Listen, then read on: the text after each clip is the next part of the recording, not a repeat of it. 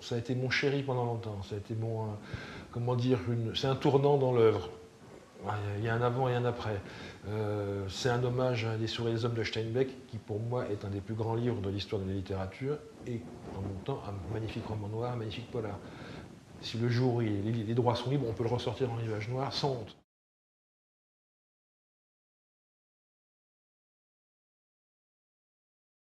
Alors, justement, jusqu'à Chaton, on me disait qu'est-ce qu'il faut commencer par quoi? Je disais par en Bernal.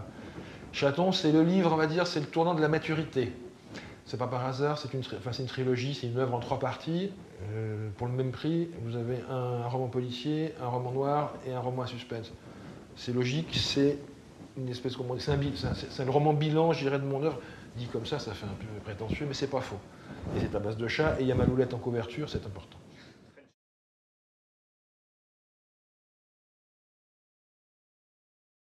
C'est pas un tournant, c'est la démonstration qu'on peut écrire un livre qu'on n'a pas prévu d'écrire.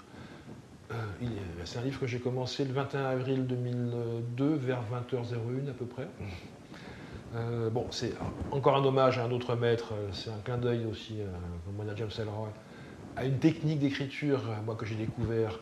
J'aime pas forcément tout, mais par contre, j'ai découvert avec lui une manière de raconter des histoires que j'ignorais complètement. Il me manquait un sujet, je l'ai trouvé ce fameux 21 avril, j'avais l'histoire, j'avais le principe, et c'est la paranoïa poussée à l'extrême, quelque part, mais qui en même temps, c'était 2002, 2012, 10 ans plus tard, je pense qu'on pourra le réimprimer en janvier 2012 de façon tout à fait profitable.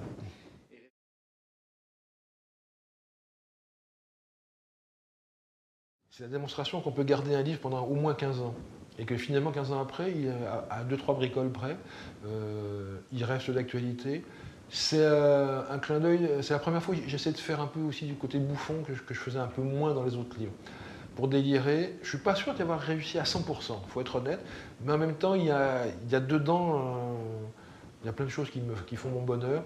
Il y a un petit jeu aussi pour le lecteur, mais il faut connaître l'organigramme de la maison qui nous accueille ici, de chez Rivage, et le polar français pour débusquer les personnages derrière les pseudonymes.